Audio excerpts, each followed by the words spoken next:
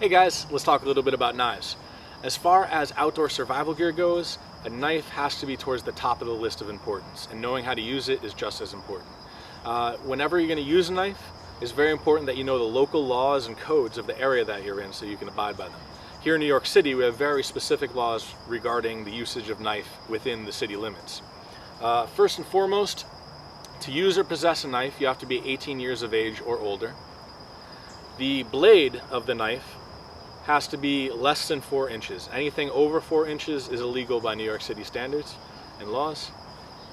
When you're actually actively using your knife, you have to be actively engaged in some type of legitimate outdoor activity. So in other words, you have to be fishing or camping or hiking or practicing your survival skills. And finally, when the knife is not in use, when you're carrying it, the knife has to be completely concealed. Having any of the knife or the sheath visible is against New York City laws. So let's talk briefly about what makes a good survival knife. Having a folding pocket knife like this one, this comes in useful in a whole lot of different situations, but it does not make a good survival knife. The reason for that is because of the knife being able to fold, that hinge is a little too flimsy and a little too weak for us to really hammer on it and beat on it and do the things that a survival knife needs to do. Also, trusting that that knife isn't going to fold up while you're using it and slice your fingers badly is not something you want to do. You want to have a lot of confidence in the knife that you use.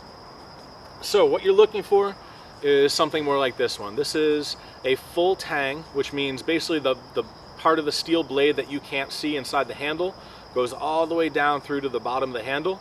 This is a fixed blade knife, which means the blade does not fold up, and it's nice and thick so that you can work with it, hammer on it, do all the things you need a survival knife to do. So knives are made out of steel. Generally speaking, you have a choice of 2 different steels. There's stainless steels, different types of stainless steels, and high carbon steels. The benefit of the stainless is that it doesn't rust very easily and that it holds its edge for quite a while. The downside is it's a little bit harder to sharpen. Now, as far as a high carbon steel knife goes, the plus side of these guys is that they're easier to sharpen in the field. Unfortunately, the downside is if you don't take really good care of them and make sure they stay nice and dry, they are apt to rust a lot more quickly. Personally, I like having a high carbon steel knife because one of the benefits it gives you is being able to use it as a striker on a ferro rod or fire steel like this. If we have a good sharp edge on the back of our knife, this gives us really good sparks off of a fire steel. Stainless steel blade won't do that quite as well, so that's one benefit of having a carbon steel blade as opposed to stainless steel in a survival situation. So when picking a survival knife, your knife doesn't have to be expensive. It doesn't have to be like this custom-made one that I have. Right here, this $14 more knife will do all the same things and do it 99.9% just as well as an expensive custom knife. So for $14, you can have a nice knife that will do everything you need. Another good feature of a survival knife is the thickness of the blade. Personally, I like a blade that's around 3 millimeters thick. Any thinner than that, it starts to get a little bit weak. Any thicker than that, and it's hard to do detailed carving work. So a blade thickness of around 3 millimeters is a really nice sweet spot to have. That allows you to use the knife to hammer on the back to do a lot of different things that you couldn't do with a pocket knife or something else. Alright, now another important feature of a good survival knife is, of course, the blade must be very nice and sharp. The sharper it is, the more you can use it for. A good way to test to see how sharp your knife actually is to grab a regular standard piece of printing paper, computer paper like this, and just use the knife, slice down the side of that paper. A good sharp knife will give you nice ribbons without cut, without tearing, without the paper catching or anything like that. Without much effort, without much force, your knife should be able to slice nice clean slices off a piece of computer paper just like that. Alright, so if you're going to use a nice sharp knife, obviously it's important that you know how to use it safely. When making cuts into wood or anything else, it's very important that you avoid aiming towards the inside of your legs when you're sitting down. Your femoral arteries run right through here. If you cut one of those, you're in serious trouble. So, very important to lean out away from your legs, lean out away from your body, and make cuts off that wood out away from you, just like this. My hand where I'm holding the wood is far back from where I'm cutting. I have enough room, and when I'm out here, there's no way I'm going to accidentally cut myself.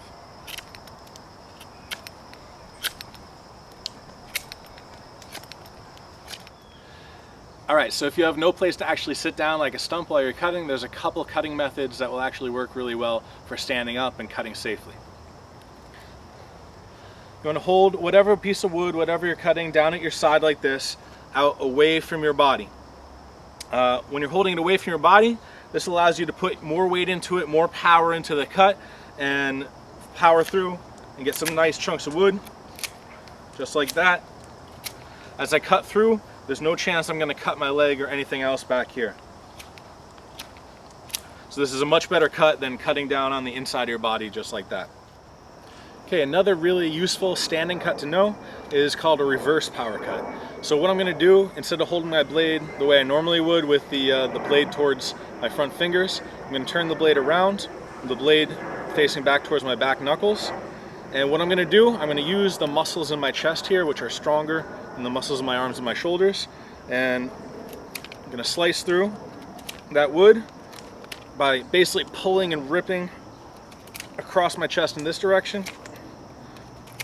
This gives us a really good, strong, powerful cut. It allows us to cut through big, thick branches a lot easier than if we were trying to whittle them. This cut is also very useful if we're trying to take off little limbs and things like this. Basically go through them in one nice cut. Clean up any little pieces pretty easily. For finer detail carving, for example, if you wanted to make a notch into a piece of a wood, you can also put your thumb in there to get a little more power and a little control. So, make a stop cut, push in with our thumb, layer by layer.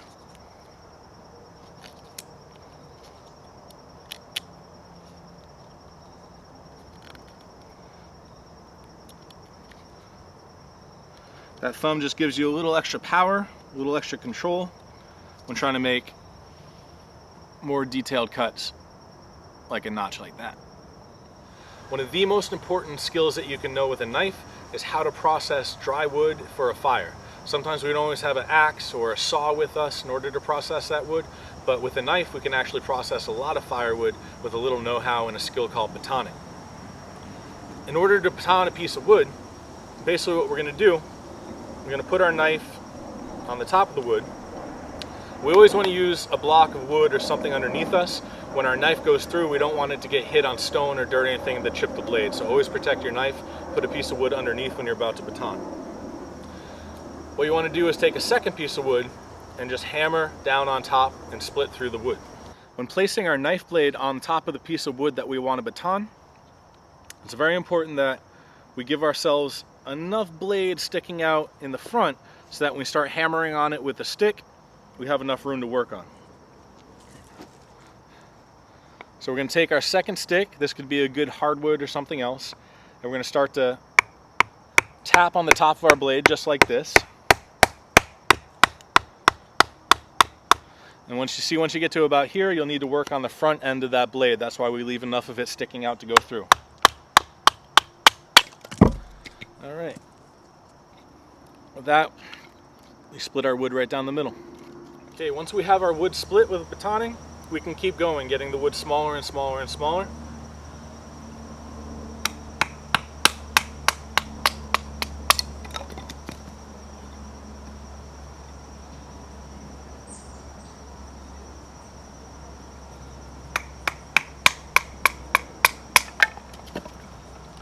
This skill is really good to have because if you're looking for dry firewood, even if it's been raining for days and days, if you can get a branch that's about as thick as your wrist, the inside of that branch is still going to be dry and you're still going to be able to get a fire lit with that inside dry wood.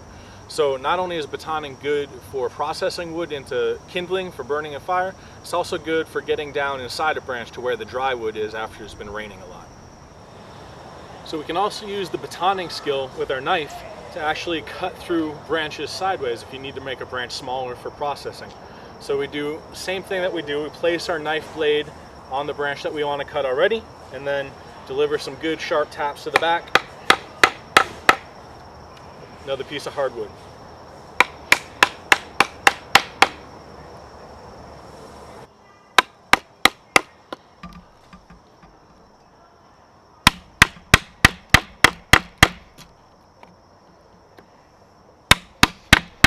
Kind of just the same angles that you would take as if you had an axe. And chip away at that wood using the baton.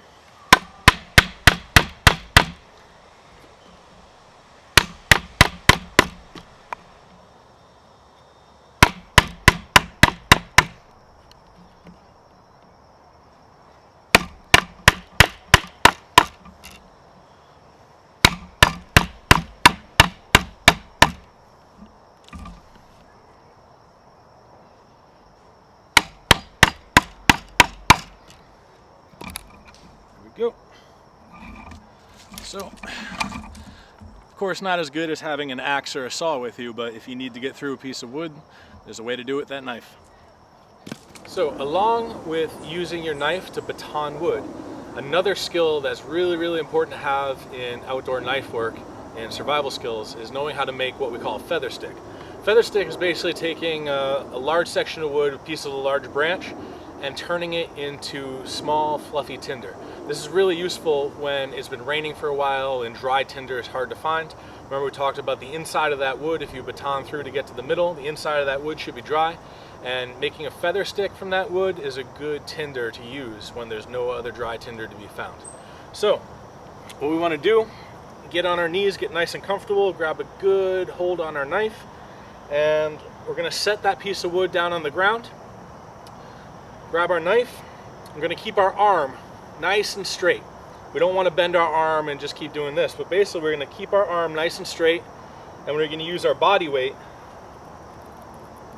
to slice down the side of that piece of wood,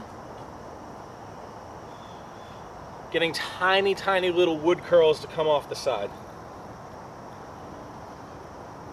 It's kind of a delicate process. You want to put as much weight back towards the wood as you do downward. So you'll notice after every stroke that I take, what I'm trying to do is keep all these little bit of curls attached to the wood. I don't want to shave them off and have them fall off. So what I'm doing at the end of every stroke,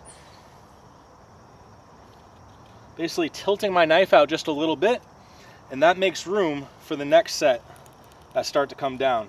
Tilt that knife out. There you go.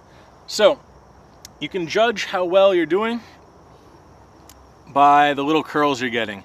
If you can get a piece of wood that curls out like that 4, 5, 6 times, up to 20 times, you're doing really well. So remember, keeping our arm straight. It doesn't take a whole lot of pressure to get these nice little curls that will hopefully catch fire very easily. We actually are using very slight pressure. It takes kind of a light touch.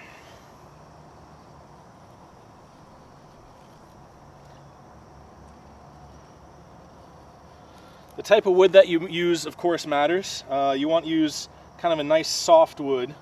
It's easier to carve into. This is white pine that I'm using here.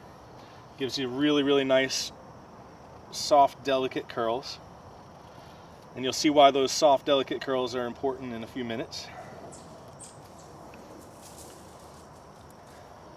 If you notice, I'm occasionally turning the piece of wood so I can work different angles. If you start to make the front side of it too flat, then it's hard to get good curls off of it.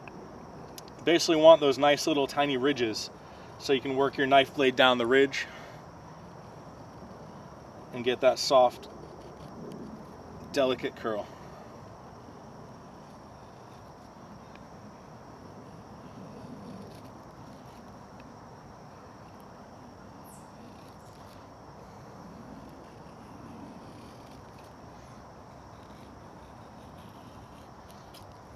I find using the curved section of the blade right up front here sometimes works better than the flat section.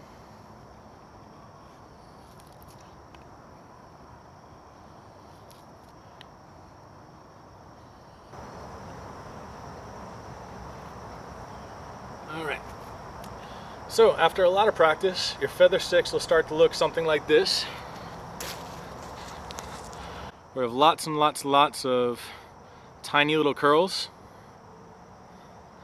And the true test of a great feather stick is this should be able to light with a strike from our fire steel. So let's find out.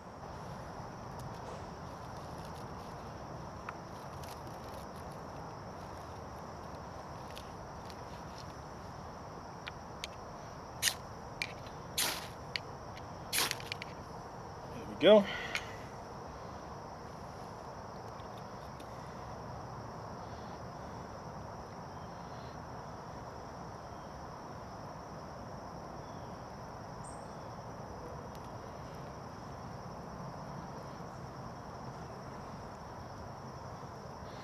So that is a good tinder that you can make for yourself even when it's been raining for several days.